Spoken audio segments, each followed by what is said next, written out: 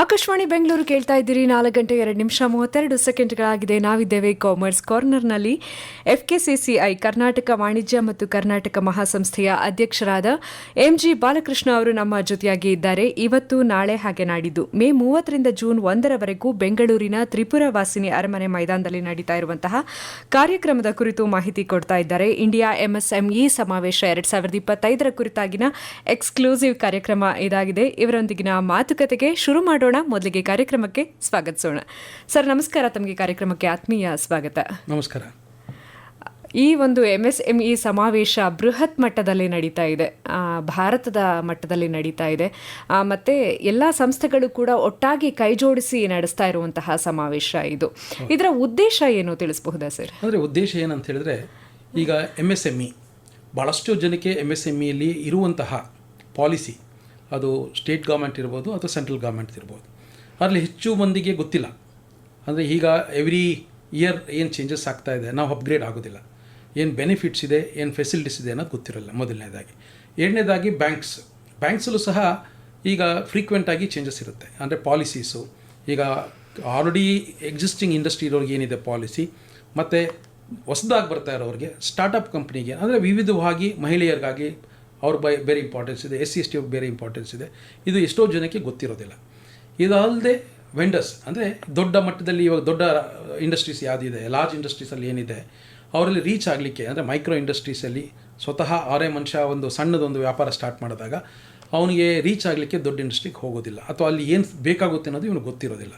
So ಇದರಲ್ಲಿ vendor ಡೆವಲಪ್ಮೆಂಟನ್ನು ಸಹ ಮಾಡ್ತೀವಿ. ಆದರೆ ಇದರಲ್ಲಿ ಏನೇನು ಅವರು ಉತ್ಪಾದನೆ ಮಾಡ್ತಾ ಇರುವಂಥದ್ದು, ಯಾವುದೇ ಅದರಲ್ಲಿ ವೆಂಡರಲ್ಲಿ ರಿಕ್ವೈರ್ಮೆಂಟ್ ಇದೆ ಅಂತ ಅವರು ಟೆಂಡರ್ ಮಾಡ್ತಾರೆ ನಾರ್ಮಲಿ, ಬಟ್ ಇವರು ಗೊತ್ತಿರೋದಿಲ್ಲ ಅದು. ಸೊ ಅದಕ್ಕೋಸ್ಕರ ಇದನ್ನೇನು ಮಾಡಿದ್ದೀವಿ ಅಂದರೆ ಒಂದು ಪ್ಲ್ಯಾಟ್ಫಾರ್ಮ್, ಅಂದರೆ ಈಗ ರೈಲ್ವೇಸ್ ಆಗಿರ್ಬೋದು, BEL ಆಗಿರ್ಬೋದು, ಪವರ್ ಗ್ರಿಡ್ ಆಗಿರ್ಬೋದು, ಈ ಥರ ನಾನಾ ಕಂಪ್ನಿ ಪಬ್ಲಿಕ್ ಸೆಕ್ಟರ್ಸ್ ಅವರು ಇವತ್ತು ಅವರಲ್ಲಿ ಏನೇನು ತೊಗೊತಾ ಇದ್ದೀವಿ ಅನ್ನೋದನ್ನು ಅವರು ಎಕ್ಸಿಬಿಟ್ ಮಾಡ್ತಾರೆ.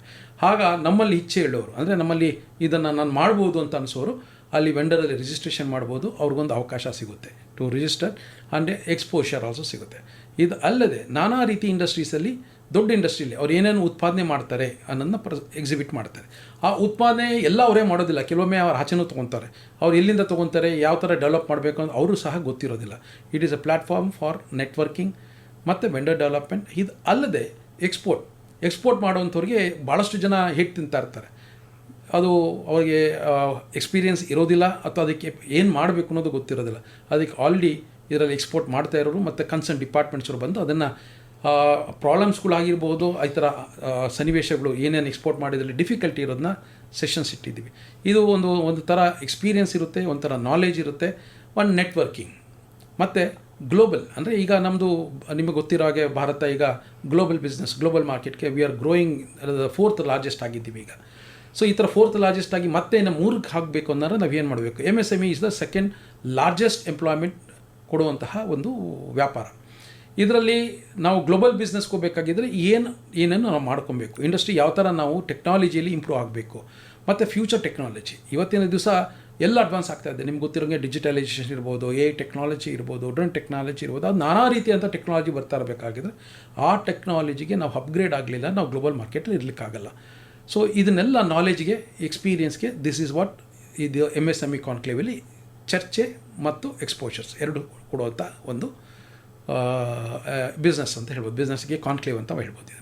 ಒಟ್ಟಿನಲ್ಲಿ ಸಣ್ಣ, ಅತಿ ಸಣ್ಣ ಹಾಗೆ ಮಧ್ಯಮ ಒಂದು ಮಟ್ಟದ ಉದ್ಯೋಗಗಳು, ಉದ್ಯಮಗಳು ಯಾವುದೆಲ್ಲ ಇದೆ, ಅವರೆಲ್ಲರಿಗೂ ಕೂಡ ಇದೊಂದು ವಿಸ್ತಾರವಾದಂತಹ ಒಂದು ವೇದಿಕೆಯನ್ನ ಕಲ್ಪಿಸ್ತಾ ಇದೆ.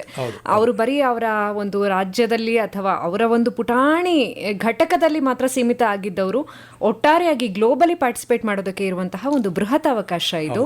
ಹಾಗಾಗಿ ಈ 3 ದಿನಗಳ ಇವೆಂಟ್ನ ಅವರು ಮಿಸ್ ಮಾಡ್ಕೊಂಡ್ರೆ ಖಂಡಿತ ಒಂದು ದೊಡ್ಡ ಅವಕಾಶವನ್ನೇ ಮಿಸ್ ಮಾಡ್ಕೊಂಡ್ ಹಾಗೆ ಅಂತ ಹೇಳ್ಬಹುದು. ಯಾಕೆಂದ್ರೆ ತುಂಬಾ ಒಳ್ಳೊಳ್ಳೆ ಸೆಷನ್ಸ್ ಇದೆ, ಪ್ರತಿಯೊಂದು ವಿಚಾರದ ಕುರಿತಾಗೂ ಕೂಡ ಆ ಒಂದು ಫೀಲ್ಡ್ನ ಎಕ್ಸ್ಪರ್ಟ್ಗಳು ಬಂದು ಮಾತಾಡ್ತಾ ಇದ್ದಾರೆ, ಮತ್ತೆ ಮಾಹಿತಿಯನ್ನು ಕೊಡ್ತಾ ಇದ್ದಾರೆ. ಮತ್ತೆ ನೀವಾಗಲೇ ಹೇಳಿದ ಹಾಗೆ ಒಂದು ಒಳ್ಳೆ ನೆಟ್ವರ್ಕ್ ಮಾಡ್ಕೊಡೋದಕ್ಕೆ ಒಳ್ಳೆಯ ಅವಕಾಶ. ಅವರದ್ದೇ ರೀತಿಯಾದಂತಹ ಉದ್ಯಮಿಗಳು ಕೂಡ ಬಂದಿರ್ತಾರೆ, ಅವರೊಂದಿಗೆ ಸಂಪರ್ಕ ಸಾಧ್ಯ ಆಗತ್ತೆ. ಮತ್ತೆ ಬ್ಯಾಂಕ್ಗಳಿಂದ ಸಿಗ್ತಾ ಇರುವಂತಹ ಬೆನಿಫಿಟ್ಸ್ ಇರಬಹುದು, ಸರ್ಕಾರದಿಂದ ಸಿಗ್ತಾ ಇರುವಂತಹ ಬೆನಿಫಿಟ್ಸ್ ಇರಬಹುದು, ಪ್ರತಿಯೊಂದನ್ನು ಕೂಡ ತಿಳ್ಕೊಳ್ಳೋದು. ಇವತ್ತು ಮನೆಯಲ್ಲೇ ಕೂತು ಏನೇ ನಾವು ಆನ್ಲೈನಲ್ಲಿ ಹುಡುಕ್ತೀವಿ ಅಂದ್ರೂ ಕೂಡ ಇಂತಹ ಒಂದು ಸಮಾವೇಶಗಳು ಕೊಡುವಂತಹ ಒಂದು ಉತ್ಸಾಹವನ್ನ, ಪ್ರೇರಣೆಯನ್ನ ಮನೆಯಲ್ಲಿ ಕೂತು ಪಡೆಯೋದಕ್ಕೆ ಸಾಧ್ಯ ಇಲ್ಲ. ಖಂಡಿತ ಖಂಡಿತ ಪ್ರತಿಯೊಬ್ಬರು ಬರಲೇಬೇಕು ಅಂತ ಹೇಳ್ತೀರಿ. ಹೌದು ಹೌದು ಹೌದು. ನಾವು ಮಾತಾಡ್ತೀವಿ ಸರ್ ಮೇಕ್ ಇನ್ ಇಂಡಿಯಾ, ಹಾಗೆಯೇ ವೋಕಲ್ ಫಾರ್ ಲೋಕಲ್ ಅಂತೆಲ್ಲ ಹೇಳ್ತೀವಿ. ಆದರೆ ಇದನ್ನೆಲ್ಲ ಕೂಡ ಜಾರಿಗೆ ತರೋದಕ್ಕೆ ಮತ್ತು ಮೇಕ್ ಇನ್ ಇಂಡಿಯಾ ಪ್ರಾಡಕ್ಟ್ಸ್ನ ಜಗತ್ತಿಗೆ ಪರಿಚಯಿಸೋದಕ್ಕಾಗಿ ಈ ಸಮಾವೇಶದಲ್ಲಿ ಸಾಕಷ್ಟು ವಿಚಾರಗಳಿದೆ, ಸಾಕಷ್ಟು ಮಾಹಿತಿ ಕೂಡ ಸಿಗುತ್ತೆ. ಈಗಾಗಲೇ ನಾವು ಆಫೇರಲ್ಲಿ ಮಾತಾಡಿದ ಹಾಗೆ ಸರ್ಕಾರದಿಂದ ಪ್ರತಿಯೊಂದು ಏರಿಯಾಗೂ ಕೂಡ, ಪ್ರತಿಯೊಂದು ಕ್ಷೇತ್ರಕ್ಕೂ ಕೂಡ ಮಹತ್ವದ ಯೋಜನೆಗಳಿದೆ. ಆ ಯೋಜನೆಯನ್ನು ಜಾರಿಗೆ ಕೂಡ ತಂದಿರ್ತಾರೆ. ಆದರೆ ಯಾರು ಫಲಾನುಭವಿಗಳು ಅಂತ ಇರಬೇಕಾಗತ್ತೆ, ಅವರೇ ಅದ್ರ ಬಗ್ಗೆ ಜಾಗೃತಿಯನ್ನು ಮೂಡಿಸ್ಕೊಳ್ಳೋದಿಲ್ಲ, ಅರಿವನ್ನು ತಂದುಕೊಳ್ಳೋದಿಲ್ಲ. ಈ ನಿಟ್ಟಿನಲ್ಲಿ ಈ ಒಂದು ಸಮಾವೇಶದ ಪ್ರಸ್ತುತತೆಯ ಕುರಿತಾಗಿ ಏನು ಹೇಳ್ತೀರಿ? ಇದರಲ್ಲಿ ಉದಾಹರಣೆ ನಿಮಗೆ ಹೇಳಬೇಕಂದ್ರೆ, ನೀವು ಹೇಳಿದಾಗೆ ಅರಿವು, ಈ ಅರಿವಲ್ಲಿ ಏನಾಗ್ತಾ ಇದೆ, ನಾವು ಹೇಗೆ ಗೇರಪ್ ಆಗೋಣಕ್ಕೆ ನಿಮಗೊಂದು ಸ್ಮಾಲ್ ಎಕ್ಸಾಂಪಲ್ ಕೊಡ್ತೀನಿ. ಈಗ ಮೊನ್ನೆ ನಿಮ್ಗೆ ಗೊತ್ತಿದ್ದಾಗೆ ಪಾಕಿಸ್ತಾನದಲ್ಲಿ ನಮ್ಮ ನಾವು ಯುದ್ಧ ಡೆಮಾನ್ಸ್ಟ್ರೇಟ್ ಹೇಗೆ ಮಾಡಿದ್ವಿ ಅನ್ನೋದನ್ನ ಇಡೀ ಪ್ರಪಂಚಕ್ಕೆ ಗೊತ್ತು. ಅಂದರೆ ನಮ್ಮಲ್ಲಿ ಟೆಕ್ನಾಲಜಿಗೆ ನಾವು ಎಷ್ಟು ಮಟ್ಟಿಗೆ ಬೆಳೆದಿದ್ದೀವಿ ಭಾರತ ದೇಶ ಅನ್ನೋದು ಎಷ್ಟೋ ಜನ ಗೊತ್ತಿರಲಿಲ್ಲ. ಡಿಫೆನ್ಸ್ ಎಕ್ವಿಪ್ಮೆಂಟ್ಗೆ ನಾವು ಸುಮ್ಮನೆ ಜಗಳ ಆಡಲಿಕ್ಕೆ ಆಗೋದಿಲ್ವಲ್ಲ, ಡೆಮಾನ್ಸ್ಟ್ರೇಟ್ ಮಾಡಲಿಕ್ಕೆ ಆಗಲ್ಲ. ಇದೊಂದು ನಮ್ಮ ದೇಶಕ್ಕೆ ಅವಕಾಶ, ನಮ್ಮಲ್ಲಿ ಕೆಪಾಸಿಟಿ ಏನಿದೆ ಅಂತ ತೋರಿಸ್ಲಿಕ್ಕೆ. ಪ್ಲಸ್ ನಮ್ಮ ಇರುವಂಥ ಎಕ್ವಿಪ್ಮೆಂಟು ವರ್ಲ್ಡ್ ಬಿಸ್ನೆಸ್ಸಲ್ಲಿ ಎಲ್ಲಿಗೆ ಯಾವ ಮಟ್ಟದಲ್ಲಿದ್ದೀವಿ ಅಂತ ತೋರಿಸ್ಕೊಳ್ಳೋ ಅವಕಾಶ ಇರಲಿಲ್ಲ. ಇದೊಂದು ತೋರಿಸಿದಕ್ಕೋಸ್ಕರ ಇವತ್ತು ನಮಗೆ ಸುಮಾರು 26-36% ಡಿಫೆನ್ಸ್ ಎಕ್ವಿಪ್ಮೆಂಟ್ಸ್ ಎಕ್ಸ್ಪೋರ್ಟ್ ಆರ್ಡರ್ ನಮ್ಮ ದೇಶಕ್ಕೆ ಬಂದಿದೆ. ಈ 26%ಇಂದ 36% ಡಿಫೆನ್ಸ್ ಎಕ್ವಿಪ್ಮೆಂಟ್ಸ್ ಬಂದರೆ ಅಷ್ಟು ಮ್ಯಾನುಫ್ಯಾಕ್ಚರಿಂಗ್ಗೆ ನಮಗೆ ಫೆಸಿಲಿಟೀಸ್ ಇರಬೇಕು, ಅಷ್ಟು ಗ್ಲೋಬಲ್ ಈ ಬಿಸ್ನೆಸ್ಗೆ ನಮ್ಮಲ್ಲಿ ಕೆಪಾಸಿಟಿ ಇರಬೇಕು, ಮಾಡಲಿಕ್ಕೆ ಟೆಕ್ನಾಲಜಿ ಇರಬೇಕು ಮತ್ತು ಕ್ವಾಲಿಟಿ ಇಷ್ಟು ಇರಬೇಕು ನಮ್ಮಲ್ಲಿ. ಇದನ್ನು ಈ ಅರಿವಿಗೆ ನಾವು ಈ ಡೆಮಾನ್ಸ್ಟ್ರೇಟ್ ಮಾಡಿದೊಂದು ಅವಕಾಶ. ಈ ಥರ ನಾನಾ ರೀತಿಯಲ್ಲಿ ನಮ್ಮ ಡೆಮಾನ್ಸ್ಟ್ರೇಟ್ ಮಾಡಿದಾಗ ನಮಗೆ ಹೆಚ್ಚು ಆರ್ಡರ್ ಬರ್ತೈತೆ. ಆದರೆ ಅದೇ ಥರ ನಾವು ಆ ಹೆಚ್ಚು ಮ್ಯಾನುಫ್ಯಾಕ್ಚರ್ ಮಾಡಲಿಕ್ಕೆ ಟೆಕ್ನಾಲಜಿ ಅಪ್ಗ್ರೇಡ್ ಮಾಡ್ಕೋಬೇಕು. ಇಂತಹ ಸಮಾವೇಶಕ್ಕೆ ಹೋದಾನೆ ನಾವು ಆ ಟೆಕ್ನಾಲಜಿ ಅಪ್ಗ್ರೇಡ್ ಮಾಡ್ಬೋದು. ಈಗ ಸುಮಾರು ನಾನು ಒಂದು ಪ್ರಾಡಕ್ಟ್ನ 100 ಮಾಡ್ತಾ ಇರ್ತೀನಿ, 100ಕ್ಕೆ ನಾವು ಅಲ್ಲಿಗೆ ಅಷ್ಟಕ್ಕೆ ತೃಪ್ತಿ ಆಗಬಾರ್ದು. 100 ಬರೀ ಬೆಂಗಳೂರಿಗೆ ಹೋಗ್ಬೋದು, ನಾಳೆ ಇಡೀ ದೇಶಕ್ಕೆ ಹೋಗಬೇಕು ಅಂದ್ರೆ 1000 ಹಾಕ್ಬೋದು. ನಂತರ ವರ್ಲ್ಡ್ ಮಾರ್ಕೆಟ್, ಗ್ಲೋಬಲ್ ಮಾರ್ಕೆಟ್ಗೆ ಹೋಗ್ಬೇಕಾದ್ರೆ 1000 ಇದ್ದಿದ್ದು 1,00,000 ಹಾಕ್ಬೋದು, 1,00,000 ಮೇಲೆ ಹೋಗ್ಬೋದು. ಸೊ ಇದನ್ನು ನಾವು ಡೆವಲಪ್ ಮಾಡಬೇಕಾದ್ರೆ what are the technologies, new technologies, ಆ ನ್ಯೂ ಟೆಕ್ನಾಲಜಿ ಅಪ್ಗ್ರೇಡ್ ಮಾಡಲಿಕ್ಕೆ ಸರ್ಕಾರ, ಸೆಂಟ್ರಲ್ ಗೌರ್ಮೆಂಟಿಂದನೂ ಅದಕ್ಕೆ ಸಪೋರ್ಟ್ ಮಾಡ್ತಾರೆ, ಸ್ಟೇಟ್ ಗೌರ್ಮೆಂಟು ಸಪೋರ್ಟ್ ಮಾಡ್ತಾರೆ. ಅದಕ್ಕೆ ಬೆನಿಫಿಟ್ಸ್ ಇದೆ. ಆ ಬೆನಿಫಿಟ್ಸ್ ಏನೇನಿದೆ ಅನ್ನೋದು ನಮಗೆ ಎಷ್ಟೋ ಜನಕ್ಕೆ, ನಮಗೆ ಈವನ್ ನಾವು ಬಿಸ್ನೆಸ್ ಲೈನಲ್ಲಿ ಇದ್ದರೂ ಕೂಡ ನಾವು ಅದು ಗೊತ್ತಿರೋದಿಲ್ಲ.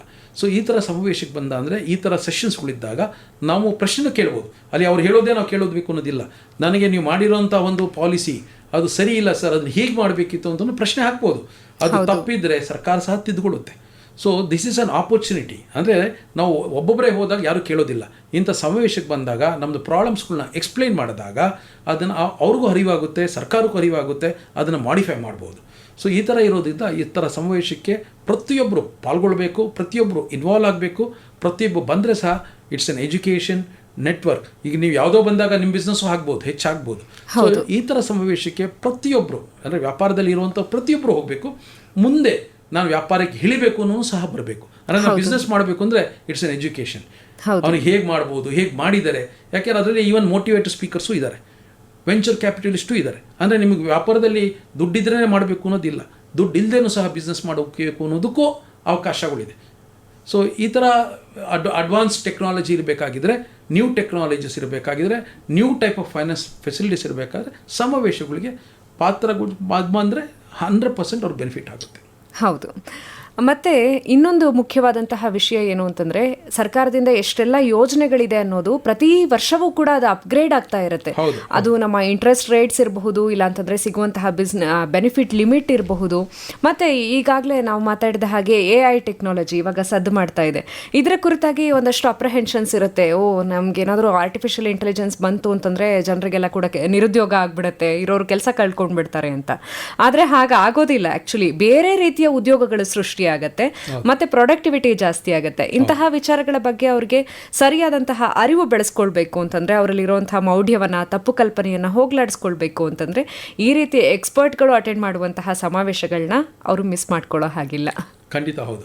ಈ ಥರದ್ದು ಅಟೆಂಡ್ ಮಾಡಿದ್ರೆ ಏನು ಆಗ್ತಾ ಇದೆ, ನೀವು ಹೇಳಿದಾಗೆ ಭಾಳಷ್ಟು ಗೊತ್ತು ತಪ್ಪು ಕಲ್ಪನೆ.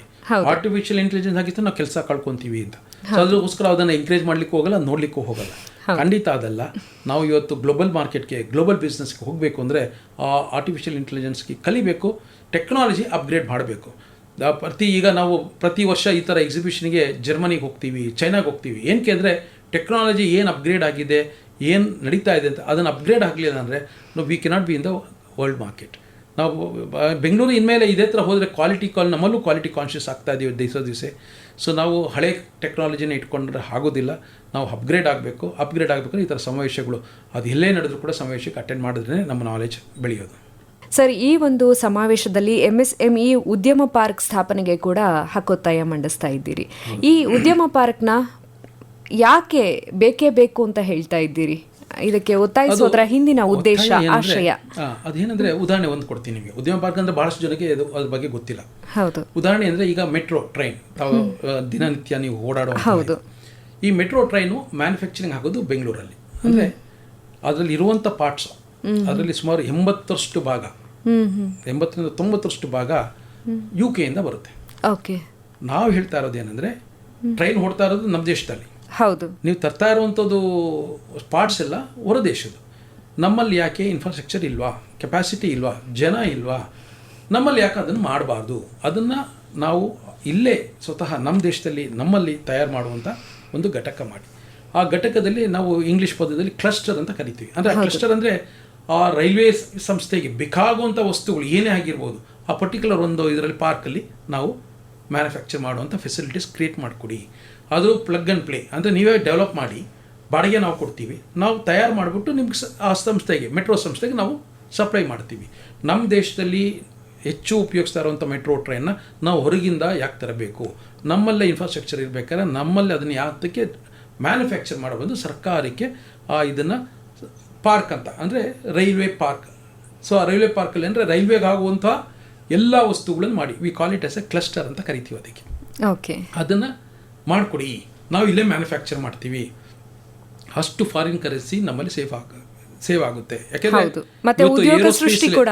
ಏರೋಸ್ಪೇಸ್ಗೆ ಮಾಡುವಂತಹ ಏರೋಪ್ಲೇನ್ ಬೇಕಾಗುವಂಥವ ನಾವು ಇದನ್ನು ಏನು ಮಾಡ್ತಾ ಇದ್ದೀವಿ, ಟ್ರೈನ್ಗೆ ಯಾಕೆ ಮಾಡೋಕ್ಕಾಗೋದಿಲ್ಲ? ಅದನ್ನು ನಮ್ಮಲ್ಲಿ ಮ್ಯಾನುಫ್ಯಾಕ್ಚರ್ ಮಾಡೋಕ್ಕೆ ಅವಕಾಶ ಮಾಡಿಕೊಡಿ ಅಂತ ಕೇಳ್ತಾ ಇದ್ದೀವಿ. ಓಕೆ. ಮತ್ತೆ ಇದರಿಂದ ಉದ್ಯೋಗ ಸೃಷ್ಟಿ ಕೂಡ ಆಗತ್ತೆ. ಮೇಕ್ ಇನ್ ಇಂಡಿಯಾ ಅಂತ ಏನು ಹೇಳ್ತಾ ಇದ್ದೀವಿ ಅದನ್ನ ನಿಜಕ್ಕೂ ಸಾಧಿಸಿದ ಹಾಗೆ ಆಗತ್ತೆ. ಮತ್ತೆ ಇನ್ನೊಂದು ಕೂಡ ವೋಕಲ್ ಫಾರ್ ಲೋಕಲ್ ಅಂತ ಹೇಳ್ತೀವಲ್ಲ, ಅದು ಕೂಡ ಸಾಧ್ಯ ಆಗತ್ತೆ. ಇಲ್ಲಿರುವಂತಹ ಜನರಿಗೆ ಉದ್ಯೋಗ ಸೃಷ್ಟಿಯೂ ಆಗತ್ತೆ, ಮತ್ತೆ ನಮ್ಮದು ಅನ್ನುವಂಥ ಹೆಮ್ಮೆ ಕೂಡ ಅದು. ನಮ್ಮಲ್ಲಿ ಎಷ್ಟೆಲ್ಲ ಟೆಕ್ನಾಲಜಿ ಮುಂದುವರೆದಿದೆ, ಜನಕ್ಕೆ ಮಾಡುವಂತಹ ಇಚ್ಛಾಶಕ್ತಿ ಇದೆ. ಇದಕ್ಕೆ ಸರ್ಕಾರದಿಂದ ಸಿಗಬಹುದಾದಂತಹ ಸಹಾಯ ಅಂತ ಹೇಳಬಹುದು ಈ ಒಂದು ಪಾರ್ಕ್ ಸ್ಥಾಪನೆ. ಮತ್ತು ಇದೀಗ ಮೆಸೇಜ್ ಒಬ್ಬರು ಕಳಿಸಿದ್ದಾರೆ, ಬಳ್ಳಾರಿ ಜಿಲ್ಲೆ ಕಂಪ್ಲಿ ತಾಲೂಕು ರಾಮಸಾಗರದಿಂದ. MSME ಸಮಾವೇಶದಲ್ಲಿ ಸಣ್ಣ ಮತ್ತು ಮಧ್ಯಮ ಕೈಗಾರಿಕೆಗಳು ತಾವು ತಯಾರಿಸಿದಂತಹ ವಸ್ತುಗಳನ್ನ ಪ್ರದರ್ಶನಕ್ಕೆ ಇಟ್ಟಿದ್ದಾರೆ. ವಸ್ತು ಪ್ರದರ್ಶನ ಕೂಡ ಇದೆಯಾ ಅಂತ ಕೇಳ್ತಿದ್ದಾರೆ. ಓಕೆ. ಅವರು ವೆಂಡರ್ ಡೆವಲಪ್ ಮಾಡುವಂಥ ವಸ್ತು ಸಹ ಇಟ್ಟಿದ್ದಾರೆ. ಕೆಲವಾರು ಹೊಸ ಟೆಕ್ನಾಲಜಿಲಿ ಇದು ಉದಾಹರಣೆ ಮೆಟೀರಿಯಲ್ ಹ್ಯಾಂಡ್ಲಿಂಗ್ ಯಾವ ಥರ ಮಾಡ್ಬೋದು. ನಾವು ಮುಂಚೆ ಎಲ್ಲ ಕೈಯಲ್ಲಿ ಎತ್ತಾ ಇದ್ವಿ, ಈಗ ಹೆಚ್ಚೆಚ್ಚು ಕೈಲೆತ್ತಿಗೆ ಮೆಟೀರಿಯಲ್ ಹ್ಯಾಂಡ್ಲಿಂಗ್ ಇರ್ಬೋದು, ಆಟೋಮೈಸೇಷನ್ ಮಾಡುವಂಥದ್ದು, ಎಲ್ಲದು ಅದು ಡೆಮಾನ್ಸ್ಟ್ರೇಷನ್ಗೆ ಇಟ್ಟಿದ್ದಾರೆ. ಓಕೆ. ಸೊ ಇವಾಗ ಸಾಮಾನ್ಯ ಸಾರ್ವಜನಿಕರು ಕೂಡ ಖಂಡಿತವಾಗ್ಲೂ ಈ ಒಂದು ಸಮಾವೇಶಕ್ಕೆ ಬಂದು ತಿಳ್ಕೊಂಡು ಹೋಗಬಹುದು ಅಲ್ವಾ? ಬರೀ ಉದ್ದಿಮೆದಾರರೇ ಬರಬೇಕು, ಇಲ್ಲ ಅಂತಂದ್ರೆ ಯಾರು ಬಿಸ್ನೆಸ್ ಕಿಳಿಬೇಕು ಅಂತಿದ್ದಾರೆ ಅವರೇ ಬರಬೇಕು ಅಂತ ಇಲ್ಲ. ಸಾಮಾನ್ಯರು ಕೂಡ ತಮ್ಮ ಮಕ್ಕಳನ್ನ ಎಲ್ಲೆಲ್ಲೋ ಕರ್ಕೊಂಡು ಹೋಗೋ ಬದಲು ಖಂಡಿತ ಇಂಥದ್ದೊಂದು ಸಮಾವೇಶಕ್ಕೆ ಕರೆದುಕೊಂಡು ಬಂದ್ರೆ ಅವ್ರಿಗೂ ಕೂಡ ಒಳ್ಳೆಯ ಎಕ್ಸ್ಪೋಜರ್ ಸಿಗತ್ತೆ ಅಂತ ಅನ್ಸುತ್ತೆ. ಎಷ್ಟೆಲ್ಲ ಉದ್ದಿಮೆಗಳಿದೆ, ಏನೆಲ್ಲ ಸಾಧ್ಯತೆಗಳಿದೆ ಅಂತ. ಹೌದು. ಇದಕ್ಕೋಸ್ಕರನೇ ನಾವು ಎಲ್ಲ ಇಂಜಿನಿಯರಿಂಗ್ ಕಾಲೇಜ್, ಕರ್ನಾಟಕದಲ್ಲಿರುವಂಥ ಮೂಲೆ ಇಂಜಿನಿಯರಿಂಗ್ ಕಾಲೇಜುಗೂ ಸಹ ಮಕ್ಕಳುಗಳು ಫೈನಲ್ ಇಯರ್ ಇರ್ಬೋದು ಅಥವಾ ಥರ್ಡ್ ಇಯರ್ ಇರ್ಬೋದು, ಅದು ಸೆಮಿಸ್ಟರ್ಸ್ ಪ್ರಕಾರ ಹೋದರೆ 7th 8th 6th ಯಾವುದೇ ಸೆಮಿಸ್ಟರ್ಲಿದ್ದರೂ ಸಹ ಟೆಕ್ನಿಕಾಲಿ ಅವ್ರಿಗೆ ಈ ನಾಲೆಜ್, ಅಂದರೆ ಈಗ ಯಾವುದೋ ಒಂದು ಹೊಸ ಅದನ್ನು ಡೆವಲಪ್ ಮಾಡಿರುವಂಥದ್ದು ನೋಡಲಿಕ್ಕೆ ಅವಕಾಶ ಸಿಗುತ್ತೆ ಅಂತ ಮಕ್ಕಳನ್ನ ಇಲ್ಲಿ ಕಳಿಸಿ ನಾಲೆಜ್ ಬರುತ್ತೆ ಅಂತ ಹೇಳಿಬಿಟ್ಟು ಎಲ್ಲ ಕಾಲೇಜನ್ನು ಕೇಳಿದ್ವಿ. ಇವತ್ತು ಬಹುಶಃ ಒಂದು 3-4 ಕಾಲೇಜ್ ಮಕ್ಕಳು ಬಂದಿದ್ದಾರೆ, ನೋಡ್ತಾ ಇದ್ದಾರೆ. ಪ್ಲಸ್ ಅವ್ರಿಗೂ ನಾಲೆಜ್ ಆಗುತ್ತೆ, ಹೊಸ ಟೆಕ್ನಾಲಜಿ ಏನೇನು ಹಾಕ್ತಾ ಇದೆ ಅನ್ನೋದು, ಅಡ್ವಾನ್ಸ್ ಟೆಕ್ನಾಲಜಿ ಅವ್ರಿಗೂ ಕಲಿಯೋಕ್ಕಾಗುತ್ತೆ. ಇದು ಬರೀ ಇಂಡಸ್ಟ್ರೀಸೇ ನೋಡಬೇಕು ಅನ್ನೋದಿಲ್ಲ, ನಾಲೆಜ್ಗೆ ಯಾರ್ಯಾರು ನಾಲೆಜ್ ಬೇಕು, ಟೆಕ್ನಾಲಜಿ ಏನು ನೋಡಬೇಕು ಅನ್ನೋರಿಗೆ ಎಲ್ಲರಿಗೂ ಅವಕಾಶ ಇದೆ. ಮತ್ತು ಫ್ರೀ ಇದೆ, ಚಾರ್ಜಸ್ ಇಲ್ಲ. ಯಾರು ಬೇಕಾದ್ರೂ ವಾಕಿನ್, ಯಾರು ಬೇಕಾದ್ರೂ ಹೊರಗಡೆ ಬರ್ಬೋದು. ಹೌದು. ಆಮೇಲೆ ದೇಶ ಸುತ್ತು ಕೋಶ ಓದು ಅಂತೀವಲ್ಲ, ಇಡೀ ದೇಶದಲ್ಲಿ ಏನೆಲ್ಲ ಪ್ರಾಡಕ್ಟ್ಸ್ ಇದೆ ಅದೆಲ್ಲ ಇವಾಗ ಬಂದ್ರೆ ಸಮಾವೇಶದಲ್ಲಿ ನೋಡಬಹುದಾಗಿದೆ. ಹಾಗಾಗಿ ಇಡೀ ದೇಶ ಸುತ್ತೋ ಬದಲು ಈ ಒಂದು ಸಮಾವೇಶಕ್ಕೆ ಬಂದ್ರೆ ದೇಶದಲ್ಲಿ ನಡೀತಾ ಇರುವಂತಹ ಪ್ರತಿಯೊಂದು ವಿಚಾರಗಳು ಕೂಡ ಖಂಡಿತ ಕಣ್ತುಂಬಿಕೊಳ್ಬಹುದು. ಕಾಮರ್ಸ್ ಕಾರ್ನರಲ್ಲಿ ಇವತ್ತು ಮಾತಾಡ್ತಾ ಇರುವಂತಹ ವಿಷಯ ಎಷ್ಟು ಪ್ರಸ್ತುತವಾಗಿದೆ ಅಂತಂದರೆ, ನಮ್ಮಲ್ಲಿ ಒಂದು ಮಿಸ್ಕನ್ಸೆಪ್ಷನ್ ಏನು ಅಂತಂದರೆ, ಟೆಕ್ನಾಲಜಿನ ಥ್ರೆಟ್ ಅಂತ ನೋಡೋರೆ ಜಾಸ್ತಿ. ಅದು ಬಿಸ್ನೆಸ್ಗೆ ಇರಬಹುದು ಅಥವಾ ಉದ್ಯೋಗಕ್ಕೆ ಇರಬಹುದು. ಟೆಕ್ನಾಲಜಿ ಅಡ್ವಾನ್ಸ್ ಆದ ಹಾಗೆ ಎಲ್ಲೋ ನಮಗೆ ಉದ್ಯೋಗಕ್ಕೆ ಕಷ್ಟ ಆಗಿಬಿಡುತ್ತೆ, ಮತ್ತೇನೋ ಆಗಿಬಿಡುತ್ತೆ ಅಂತ ಭಯದಿಂದ ಅದರ ಬಗ್ಗೆ ಅರ್ಥಕೊಳ್ಳೋದಕ್ಕೆ ಹೋಗೋದಿಲ್ಲ. ಆದರೆ ಟೆಕ್ನಾಲಜಿ ಹೇಗೆ ನಮಗೆ ಬೆನಿಫಿಟ್ ಆಗಿದೆ ಅನ್ನೋದ್ರ ಕುರಿತಾಗಿ ನೀವು ಹೇಳ್ತಾ ಇದ್ದೀವಿ, ಅದನ್ನು ಹೇಳಬಹುದಾ? ಟೆಕ್ನಾಲಜಿ ಅಂದರೆ ಈಗ ನಾವು ಗ್ಲೋಬಲ್ ಬಿಸ್ನೆಸ್ ಮಾಡ್ತಾ ಇದ್ವಿ. ಅಂದರೆ ಮುಂಚೆ ನಾವು ಏನೇ ಮ್ಯಾನುಫ್ಯಾಕ್ಚರ್ ಬಂದರೂ ಲೋಕಲ್, ಬರೀ ನಮ್ಮ ಬೆಂಗಳೂರು ಮಾತ್ರ ಕೊಡ್ತಾ ಇದ್ವಿ. ಹೊರಗೆ ಹೋಗಲಿಕ್ಕೆ ನಾವು ಆ ಯೋಚನೆನ ಮಾಡ್ತಾ ಇರಲಿಲ್ಲ. ಇವತ್ತಿನ ವ್ಯಾಪಾರ ಮಾಡಬೇಕು ಅಂದರೆ ನಾವು ವರ್ಲ್ಡ್ ಬಿಸ್ನೆಸ್ಗೆ ಗ್ರ್ಯಾಬ್ ಮಾಡಲಿಕ್ಕೆ ನಾವು ಯೋಚನೆ ಮಾಡಬೇಕು. ಸೊ ವರ್ಲ್ಡ್ ಬಿಸ್ನೆಸ್ಗೆ ಆಗಬೇಕು ಅಂದರೆ ನಾವು ಗ್ಲೋಬಲಿ ಮಾಡಲಿಕ್ಕೆ ಟೆಕ್ನಾಲಜಿ ಏನು ಅಪ್ಗ್ರೇಡೇಷನ್ ಮಾಡಬೇಕು. ಅದು ಆರ್ಟಿಫಿಷಿಯಲ್, ನಮ್ಮಲ್ಲಿ ಎಷ್ಟೋ ಒಂದು ರಾಂಗ್ ಕಾನ್ಸೆಪ್ಟ್, ಆರ್ಟಿಫಿಷಿಯಲ್ ಇಂಟೆಲಿಜೆನ್ಸ್ ಮಾಡಿದ್ರೆ ನಮ್ಮ ಕೆಲಸ ಹೋಗೋದಿಲ್ಲ. ನಮ್ಮಲ್ಲಿ ಅದೇ ಕೆಲಸಗಾರನ ಇಟ್ಕೊಂಡು ಇವತ್ತು 10,000 ಪೀಸಸ್ ಮಾಡ್ತಾ ಇದ್ದಾರೆ, ಅದನ್ನು 1,00,000 ಪೀಸ್ ಮಾಡುವಂಥ ಟೆಕ್ನಾಲಜಿ ಅಪ್ಗ್ರೇಡೇಷನ್. ಆ 1,00,000 ವ್ಯಾಪಾರ ನಮಗೆ ಸೇಲ್ಸ್ ಆಗುವಂಥ, it is a benefited for ಕೆಳಗಡೆ ಈಗ ಇರುವಂಥ ಎಕ್ಸಿಸ್ಟಿಂಗಲ್ಲಿರುವಂಥ ಕೆಲಸಗಾರರಿಗೂ ಸಹ ಯಾವಾಗ ಕಂಪ್ನಿ ಜಾಸ್ತಿ ಹಣ ಮಾಡುತ್ತೋ ಅವಾಗ ಅವ್ರಿಗೆ ಶೇರ್ ಸಿಗುತ್ತೆ, ಅವ್ರಿಗೆ ಸಂಬಳ ಹೆಚ್ಚು ಸಿಗುತ್ತೆ. ಸೊ ಆ ಭಾವನೆ ಯೋಚನೆ ಮಾಡಬೇಕು ಹೊರತು ತಪ್ಪು ಭಾವನೆ, ನೆಗೆಟಿವ್ ಯೋಚನೆ ಮಾಡಬಾರ್ದು. ನನ್ನ ಕೆಲಸ ಹೊರಟಾಗುತ್ತೆ ಅಂದರೆ ಖಂಡಿತ ಕೆಲಸ ಹೋಗಲ್ಲ. ಈಗ ಯಾವುದೇ ನಾವು ಟೆಕ್ನಾಲಜಿ ಅಪ್ಗ್ರೇಡ್ ಮಾಡ್ತಾ ಇದ್ದೀವಿ ಅಂದರೆ ನಮ್ಮ ಪ್ರೊಡಕ್ಷನ್ ಜಾಸ್ತಿ ಮಾಡಲಿಕ್ಕೋಸ್ಕರ ಮಾಡ್ತೀವಿ. ಯಾಕೆಂದರೆ ಹೊರದೇಶಕ್ಕೆ ಹೋಗ್ಬೇಕು ಅಂತ ಹೇಳಿದ್ರೆ we have A specific delivery time, ಅಂದರೆ ಆ ಟೈಮ್ ಕೊಡಲೇಬೇಕು ಅಂತ ಇರುತ್ತೆ. ಆ ಟೈಮ್ ಕೊಡಲಿಲ್ಲ ಅಂದರೆ ನಮ್ಗೆ ಆರ್ಡ್ರ್ ಹೋಗುತ್ತೆ, ನೆಗೆಟಿವ್ ಕ್ಲಾಸ್ ಆಗ್ತಾರೆ. ಸೊ ಆದ್ದರಿಂದ ನಾವು ಆ ಟೆಕ್ನಾಲಜಿಗೆ ಹೋಗಲಿಕ್ಕೆ, ಆ ಪ್ರೊಡಕ್ಷನ್ ಮಾಡಲಿಕ್ಕೆ ನಾವು ಟೆಕ್ನಾಲಜಿ ಅಪ್ಗ್ರೇಡೇಷನ್ ಆಗಲೇಬೇಕು. ಆ ಟೆಕ್ನಾಲಜಿನ ನಾಲೆಜ್ ಬರಲೇಬೇಕು. ಸೊ ಅದಕ್ಕೋಸ್ಕರ ಈ ಟೆಕ್ನಾಲಜಿ ಈಗ ಇವತ್ತಿನ ಸ್ಥಿತಿಯಲ್ಲಿ ಖಂಡಿತ ಪ್ರತಿಯೊಬ್ಬರು ಇಂಡಸ್ಟ್ರಿಯಲ್ಲಿರೋರು ಆ ಟೆಕ್ನಾಲಜಿ ಅಪ್ಗ್ರೇಡೇಷನ್ ಮಾಡಿದ್ರೆ ನೆಕ್ಸ್ಟ್ ಜನ್ರೇಷನ್ಗೆ ಅದು ಅನುಕೂಲ ಆಗುತ್ತೆ ಅಂತ ಹೇಳ್ತಿದ್ದೀನಿ. ಹೌದು. ಮತ್ತೆ ಟೆಕ್ನಾಲಜಿಯಿಂದ ಎಷ್ಟೆಲ್ಲ ಬೆನಿಫಿಟ್ಸ್ ಇದೆ, ಆ ಬೆನಿಫಿಟ್ಸ್ನ ನಾವು ತೆಗೆದುಕೊಳ್ಬೇಕು. ಹಾರ್ಡ್ ವರ್ಕ್ಗಿಂತ ಸ್ಮಾರ್ಟ್ ವರ್ಕ್ ಮುಖ್ಯ ಆಗಿರುವಂತಹ ಕಾಲ ಇದು. ಮತ್ತೆ ನಮ್ಮಲ್ಲಿರುವಂತಹ ಹ್ಯೂಮನ್ ರಿಸೋರ್ಸ್ ಏನಿದೆ ಅದು ಬರೀ ಶ್ರಮದ ಕೆಲಸ ಮಾಡೋದಕ್ಕೆ ಬಳಕೆ ಆಗೋದಕ್ಕಿಂತ ಬೌದ್ಧಿಕವಾಗಿ ಬೆಳೆಯುವಂತಹ ಕೆಲಸಕ್ಕೆ ಬಳಕೆ ಆದರೆ ನಿಜಕ್ಕೂ ನಾವು ಸೂಪರ್ ಪವರ್ ಆಗ್ತೀವಿ ಅಂತ ಅನ್ಸುತ್ತೆ. ಯಾಕೆಂದ್ರೆ ಪ್ರಪಂಚದಲ್ಲೇ ಯಂಗೆಸ್ಟ್ ನೇಷನ್ ಅಂತಂದ್ರೆ ಯಂಗ್ಸ್ಟರ್ಸ್ ಜಾಸ್ತಿ ಇರುವಂತಹ ದೇಶ ಅಂದ್ರೆ ಅದು ನಮ್ಮ ಭಾರತ. ಮತ್ತೆ ಸುಮ್ನೆ ಹೇಳಲ್ಲ ಹ್ಯೂಮನ್ ರಿಸೋರ್ಸ್ ಅಂತ ಹೇಳಿ. ಹಾಗಾಗಿ ಮಾನವ ಸಂಪನ್ಮೂಲವನ್ನು ಸರಿಯಾಗಿ ಬಳಸ್ಕೊಳ್ಳುವಂತಹ ನಿಟ್ಟಿನಲ್ಲಿ ಈ ಒಂದು ಅಡ್ವಾನ್ಸ್ಡ್ ಟೆಕ್ನಾಲಜಿ ಇರಬಹುದು, ಆರ್ಟಿಫಿಷಿಯಲ್ ಇಂಟೆಲಿಜೆನ್ಸ್ ಇರಬಹುದು, ಇದೆಲ್ಲ ಮಹತ್ವದ ಹೆಜ್ಜೆಗಳು ಅಂತ ಗುರುತಿಸಬಹುದು ನಾವು. ಮತ್ತೆ ನಿಮ್ಮ ಒಂದು ಸಮಾವೇಶದಲ್ಲಿ ಬರ್ತಾ ಇರುವಂತಹ ಜನರು ಏನಿದ್ದಾರೆ ಅವರು ಇರೋದಕ್ಕೆ ವ್ಯವಸ್ಥೆ ಇರಬಹುದು ಅಥವಾ ಊಟ ತಿಂಡಿ ವ್ಯವಸ್ಥೆ, ಇದನ್ನೆಲ್ಲ ಹೇಗೆ ನಿಭಾಯಿಸ್ತಾ ಇದ್ದೀವಿ? ಅವರಿಗೆ ಊಟ ತಿಂಡಿ ವ್ಯವಸ್ಥೆ ಇರುತ್ತೆ. ಓಕೆ, ಊಟ ತಿಂಡಿ ಎಲ್ಲ ವ್ಯವಸ್ಥೆ ಇದೆ ಅವರಿಗೆ. ಮತ್ತೆ ಇರ್ಲಿಕ್ಕೆ ನಮ್ಮಲ್ಲಿ ಟೈಪ್ ಮಾಡ್ಕೊಂಡಿದ್ದೀವಿ. ಹೊರಗಿಂದ ಬರೋರಿಗೆ ಹೋಟೆಲ್ಸ್ಗಳಿಗೆ ಸಬ್ಸಿಡೈಸ್ ರೇಟ್ ಅಂತ ಹೋಟ್ಲ್ಗಳು ಸಿಗುತ್ತೆ, ಅದನ್ನ ಅವ್ರಿಗೆ ಆಲ್ರೆಡಿ ಅವ್ರಿಗೆ ಸರ್ಕ್ಯುಲೇಟ್ ಮಾಡಿದ್ದೀವಿ. ಬರುವಂಥವ್ರು ಅಲ್ಲಿ ಬುಕ್ ಮಾಡಿಕೊಂಡ್ರೆ ನಮ್ಮ ಇದರಲ್ಲಿ ಊಟ ತಿಂಡಿ ಎಲ್ಲ ವ್ಯವಸ್ಥೆ ಅಲ್ಲೇ ಇರುತ್ತೆ. ನೋಡಿ, ಇದು ಫ್ರೀ ಎಂಟ್ರಿ ಕೂಡ, ಹಾಗೆ ಇಷ್ಟೆಲ್ಲ ಮಾಹಿತಿ ಸಿಗತ್ತೆ, ಅರಿವು ಕೂಡ ಸಿಗತ್ತೆ. ಇದಲ್ಲದೆ ಅಲ್ಲಿ ಬೇಕಾದಂತಹ ಊಟ ತಿಂಡಿ ಮತ್ತೊಂದು ವ್ಯವಸ್ಥೆಗೂ ಕೂಡ ತುಂಬ ಒಳ್ಳೆ ಸೂಕ್ತವಾದಂತಹ ವಾತಾವರಣವನ್ನು ನೀವು ನಿರ್ಮಿಸಿಕೊಟ್ಟಿದ್ದೀರಿ. MSME ಸಮಾವೇಶ ಪ್ರತಿ ವರ್ಷ ನಡೆಯುತ್ತೆ. ಈ ವರ್ಷ ಅಲ್ಲ ಅಂದರೆ ಮುಂದಿನ ವರ್ಷ ಹೋಗ್ಬೋದು ಅಂತ ಖಂಡಿತ ಅಂದ್ಕೊಳ್ಳೋ ಹಾಗಿಲ್ಲ. ಯಾಕೆಂದರೆ ಪ್ರತಿ ವರ್ಷದ ವಿಚಾರಗಳು, ಪ್ರತಿ ವರ್ಷದ ಜ್ಞಾನ ಭಂಡಾರ ಬೇರೆಯೇ ಇರುತ್ತೆ. ಪ್ರತಿ ವರ್ಷ ಅಪ್ಗ್ರೇಡ್ ಆಗಬೇಕಾದಂತಹ ಕಾಲ ಇದು. ಆ್ಯಕ್ಚುಲಿ ಪ್ರತಿ ದಿನವೂ ನಾವು ಅಪ್ಗ್ರೇಡ್ ಆಗಬೇಕು. ಕಡೆ ಪಕ್ಷ ವರ್ಷಕ್ಕೊಂದ್ಸಲ ಆದರೂ ಅಪ್ಗ್ರೇಡ್ ಆಗೋ ಕಡೆ ಮನಸ್ಸು ಮಾಡಬೇಕು. ಅದರಲ್ಲೂ ಸಣ್ಣ ಉದ್ದಿಮೆದಾರರು, ಅತಿ ಸಣ್ಣ ಉದ್ದಿಮೆದಾರರು, ಹಾಗೆಯೇ ಮಧ್ಯಮ ಮಟ್ಟದ ಉದ್ದಿಮೆದಾರರಿಗೆ ಅಂತಾನೆ ವಿಶೇಷವಾಗಿ ಆಯೋಜನೆಗೊಂಡಿರುವಂಥ ಸಮಾವೇಶ ಇದು.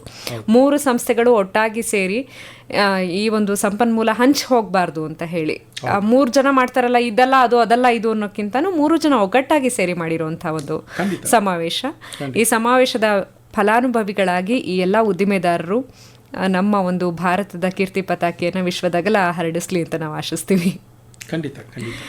ಮತ್ತೇನಾದರೂ ಒಂದು ಕಡೆಯ ಮಾತಾಗಿ ಹೇಳೋದು ಇದೆಯಾ ಸರ್? ಕಡೆಯ ಮಾತಾಗಿದ್ರೆ ಖಂಡಿತ ಪ್ರತಿಯೊಬ್ಬರು ಈ ಥರ ಯಾವುದೇ ಎಕ್ಸ್ಪೋ ಆಗಿರ್ಬೋದು, ಸಮಾವೇಶ ಇರಬೇಕಾಗಿರ್ಬೋದು, ಎಲ್ಲರೂ ಅದಕ್ಕೆ ಪಾಲ್ಗೊಂಡು ಎಲ್ಲರೂ ಆ ಬೆನಿಫಿಟ್ಸ್ ತೊಗೊಂಡ ಅಂದರೆ ಈ ಥರ ಸಮಾವೇಶನ ನಡೆಸಿದಂಥವ್ರಿಗೆ ನಮಗೂ ಸಹ ಸಂತೋಷ ಆಗುತ್ತೆ.